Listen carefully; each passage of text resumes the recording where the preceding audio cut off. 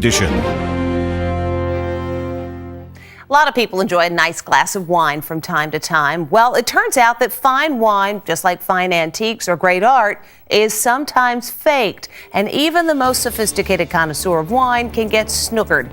Lisa Guerrero and the iSquad show how it's done. Why would you sell us a bogus bottle of wine? Why don't any of these wine merchants want to talk to us? You've been accused of selling fake wine to people. Is that true? Because they've been accused of peddling expensive bottles of phony wine.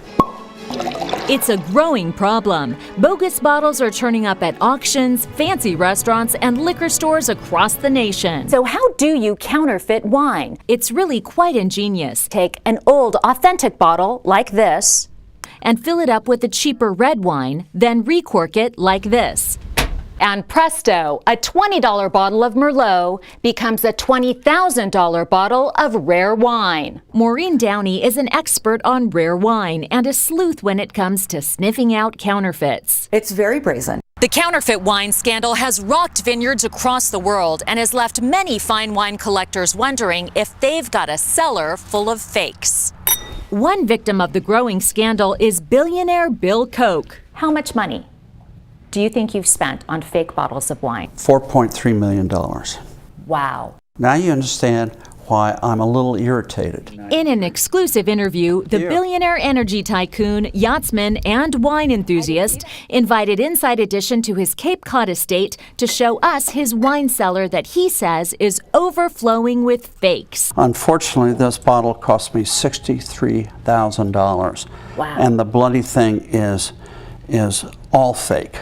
An obsessive history buff, Koch also sunk $400,000 into these 4 bottles, once purportedly owned by the author of the Declaration of Independence, Thomas Jefferson. You can see Jefferson's initials, THJ, engraved right on them. But there's just one problem. I found out they were totally fake. How does he know?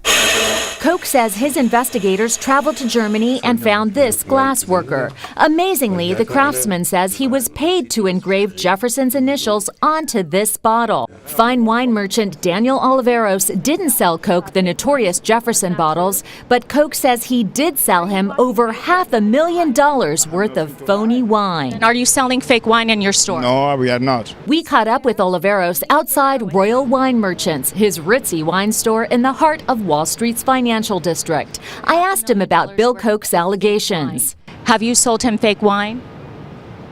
I never sold any wine, and I have no more comments. Thank you.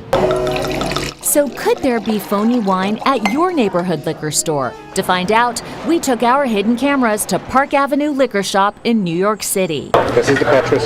They showed us this 1953 Chateau Petrus, one of the most admired wines in the world, grown and bottled exclusively in Bordeaux, France. Their price? A hefty $3,400. So that came from the Chateau. The salesman assured us that the bottle was authentic and came from Chateau Petrus, making it much more valuable. Well, I think we're going to go with Petrus.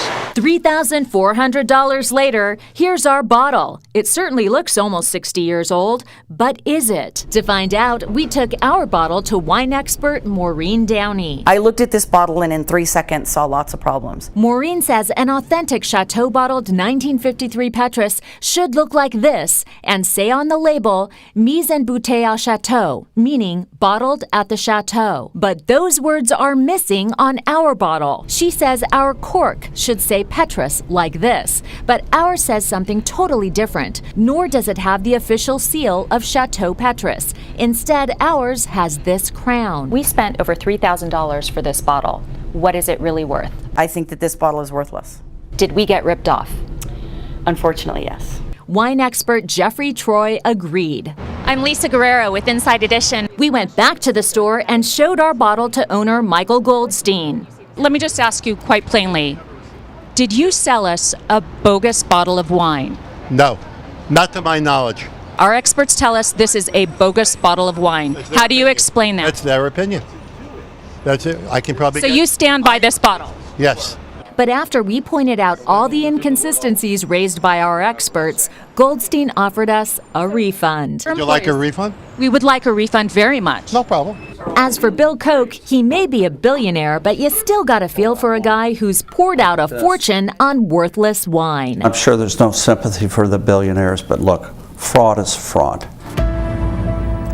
Now the first big